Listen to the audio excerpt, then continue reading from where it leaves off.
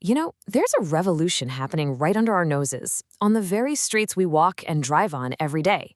But it's a quiet one. It doesn't roar, it hums. It's the huge shift to electric vehicles. And honestly, it's happening way faster than anyone thought. So today, we're going to dive into this electric transformation and see how it's literally reshaping our cities from the ground up. Let's just kick things off with one single number: 500%. That is the insane increase in EV registrations in our major cities in just the last 3 years. I mean, think about that. This isn't some slow, gradual change. It's a tidal wave. It's a sign that something fundamental is shifting in how we move. All right, first up, the electric surge.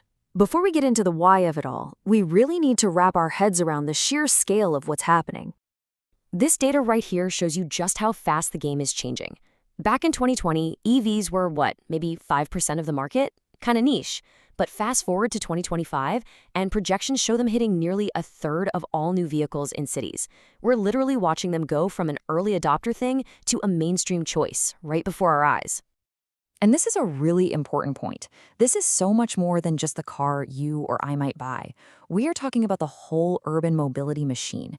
That delivery van bringing you a package, the city bus you might ride, that Uber or Lyft that picks you up, they're all going electric. The entire system is plugging in. So, all this crazy growth leads to the obvious question: why now?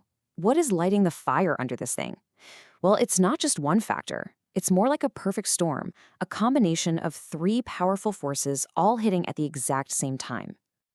And here they are, what I like to call the trifecta of acceleration. First, you've got governments at all levels pushing hard with new policies and some serious cash incentives.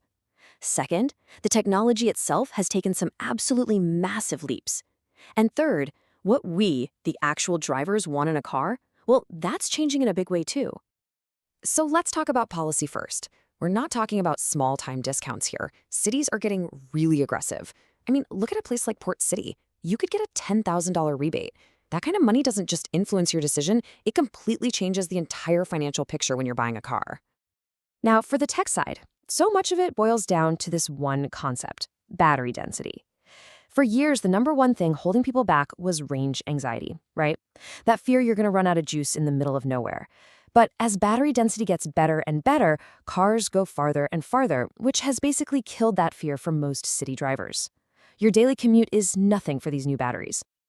And that brings us to the final piece: us. The whole vibe around EVs has shifted. It used to be all about being green, which, don't get me wrong, is still a huge deal. But now it's also about that instant acceleration, the incredibly quiet ride, and, let's be honest, the pure joy of never having to go to a gas station again. EVs have gone from being an eco-niche to just being awesome, must-have tech. Okay, but this crazy growth doesn't come for free. This electric revolution is creating a whole new list of massive challenges for our cities. It's not all smooth sailing and silent rides. There are some serious growing pains we have to talk about. And here it is. This is the single biggest roadblock: the charging gap. The dream, the ideal, is a charger on every corner, as common as a mailbox. But the reality in a lot of places, it's a mad dash.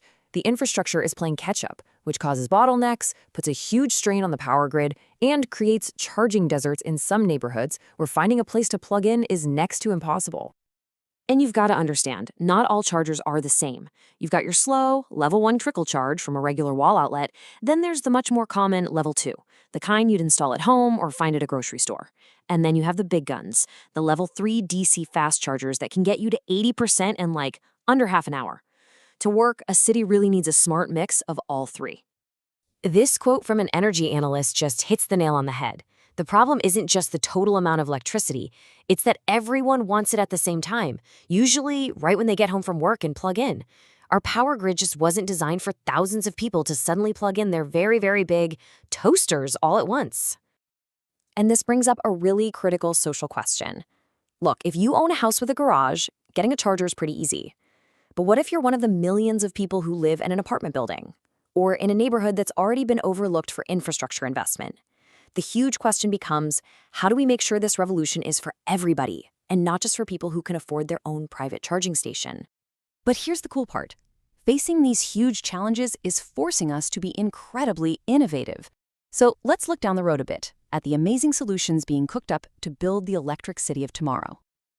And trust me, the future is looking pretty awesome. We're talking about things like smart grids that can manage power intelligently. Get this, vehicle-to-grid tech, where your car can actually sell power back to the grid when demand is high. Or how about stations that swap out your battery in a few minutes? Or roads that literally charge your car while you're driving on them? This isn't science fiction anymore. This stuff is actively being developed right now. So what's the big prize for getting all this right? This table spells it out pretty clearly. A future electric city isn't just about cleaner cars. It's about a better quality of life. We're talking cleaner air to breathe, way less noise pollution, and a smarter, more reliable energy system for everyone. And I think this quote from the Metropolitan Electric Mobility Expansion Report just sums it all up perfectly. This is so much bigger than just swapping out a gas engine for a battery.